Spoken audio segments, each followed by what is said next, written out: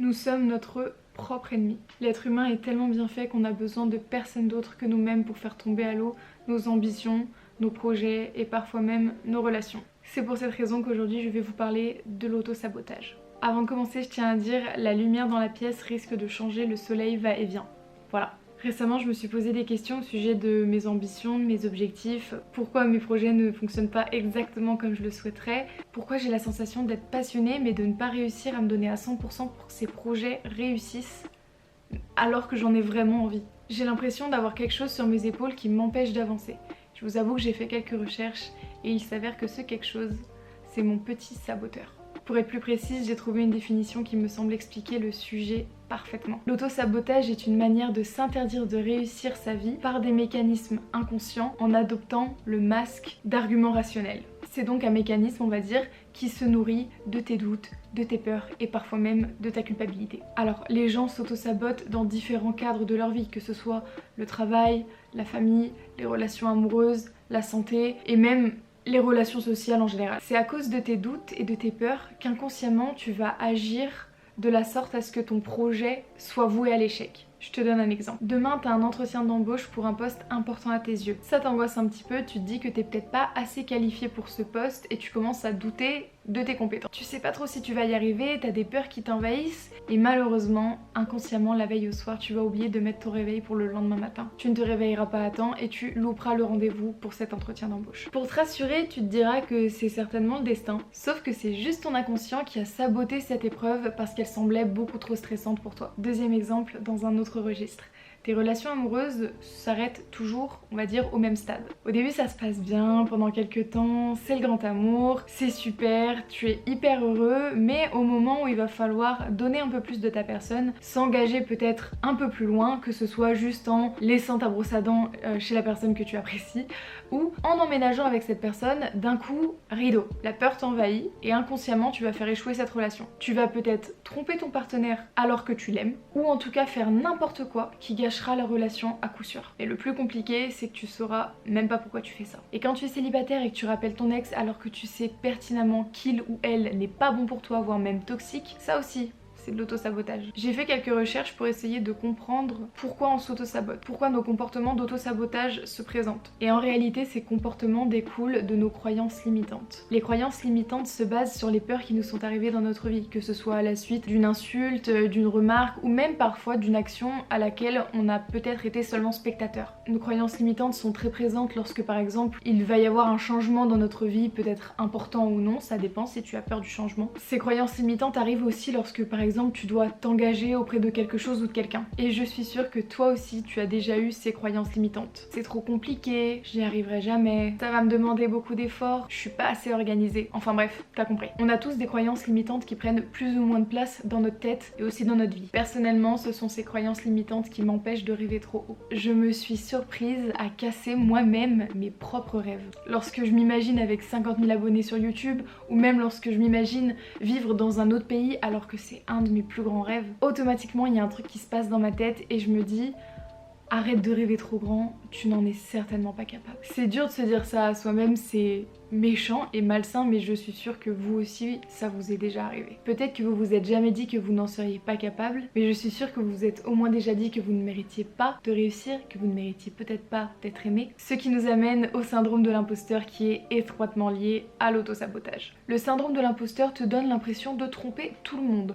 Peu importe ce que tu feras, tu travailleras fort, dur pendant des années pour réussir à avoir ce que tu veux, tu te diras toujours que tu ne le mérites pas. Et lorsque tu devras travailler et redoubler d'efforts pour y arriver, tu douteras de toi, tu te demanderas si tu en es vraiment capable et si tu vas vraiment réussir à atteindre cet objectif. Et l'une des réactions assez connues à ce syndrome, c'est la procrastination. En procrastinant, tu t'auto-sabotes, ce qui te permet de t'enlever une sacrée charge sur les épaules. Je vous l'ai dit tout à l'heure, j'ai vraiment l'impression d'être passionnée par ce que je fais, mais de ne pas réussir à me donner vraiment à 100% pour atteindre mes objectifs. Et je ne comprends pas pourquoi j'ai la sensation de ne pas réussir à avancer. Alors j'ai cherché quels sont les comportements qui nous éloignent de nos objectifs et qui sabotent nos ambitions. Et justement, l'un de ces premiers comportements est la procrastination. On a tous déjà procrastiné un jour à coup de je commencerai mon régime demain, je ferai mon exposé plus tard, je me mettrai au sport la semaine prochaine. En fait, procrastiner, c'est faire quelque chose qui va nous apporter du plaisir tout de suite au détriment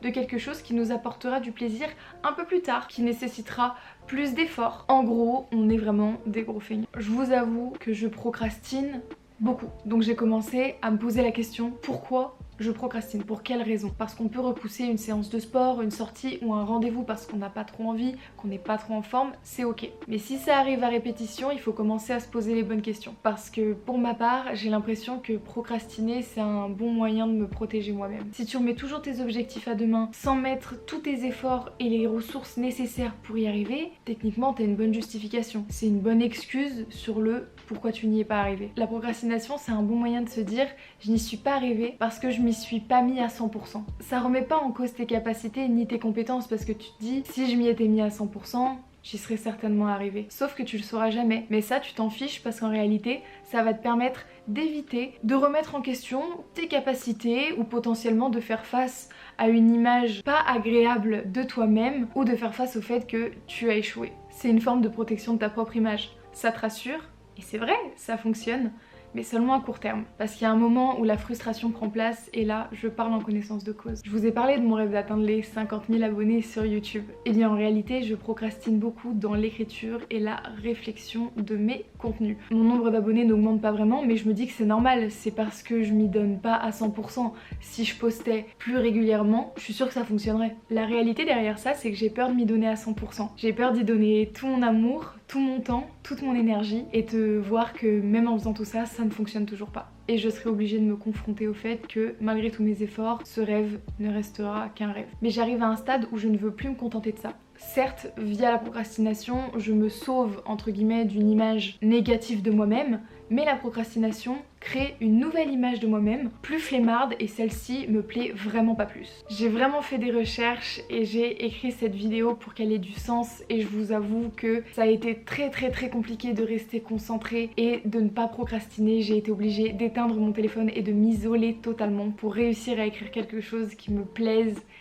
et qui, je l'espère, vous plaît aussi. Mais je suis fière de moi parce que j'ai réussi. Continuons. Puisque je m'ouvre à vous, je continue sur un autre comportement que j'adopte et qui me rend dingue. La fausse bonne excuse. Je n'ai pas le temps de faire du montage alors que je regarde 2 épisodes de ma série tous les soirs. Je suis fatiguée alors que je scrolle sur TikTok jusqu'à 23h. La fausse bonne excuse, c'est l'argument rationnel pour ne pas avancer, changer ou évoluer. Je n'ai pas les moyens, je suis trop jeune, je n'ai pas le temps. On se complaît vraiment dans ces excuses parce qu'elles nous semblent valables.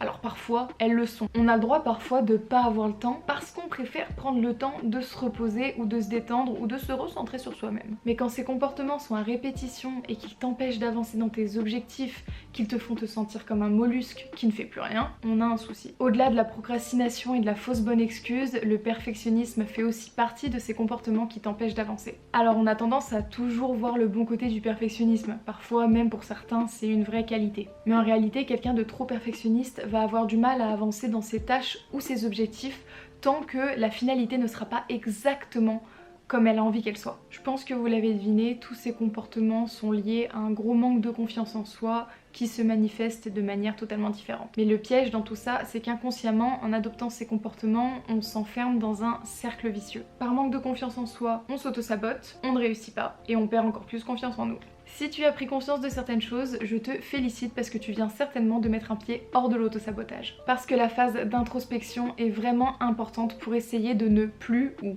moins s'auto-saboter. Comprendre qui nous sommes, quelles sont nos peurs, nos craintes, d'où elles viennent, pour mieux réussir à appréhender et comprendre ces comportements toxiques qu'on a avec nous-mêmes. Parfois on y arrivera, parfois un peu moins et c'est ok. Et justement, apprendre à s'écouter est aussi une des étapes pour essayer d'aller mieux. Personnellement, j'essaye d'apprendre à discerner si mes peurs sont fondées ou rationnelles, même si en réalité une peur n'est jamais vraiment rationnelle, ou alors si cette peur est juste la cause d'un manque de confiance en moi dû à une remarque qu'on m'a fait étant petite et qui a soudain créé des traumas. Personnellement, j'essaye d'apprendre à discerner si mes peurs sont fondées ou rationnelles, même si une peur n'est jamais vraiment rationnelle, ou alors si cette peur est juste due à un manque de confiance en moi qui s'est créé à la suite d'un mauvais souvenir quand j'étais petite qui m'a créé des traumas. Travailler sur sa confiance en soi, c'est jamais bien facile, mais ça peut s'accompagner de petits actes qui vont vraiment faire la différence sur le long terme. Personnellement, j'ai longtemps eu la peur du regard des autres et j'ai adopté le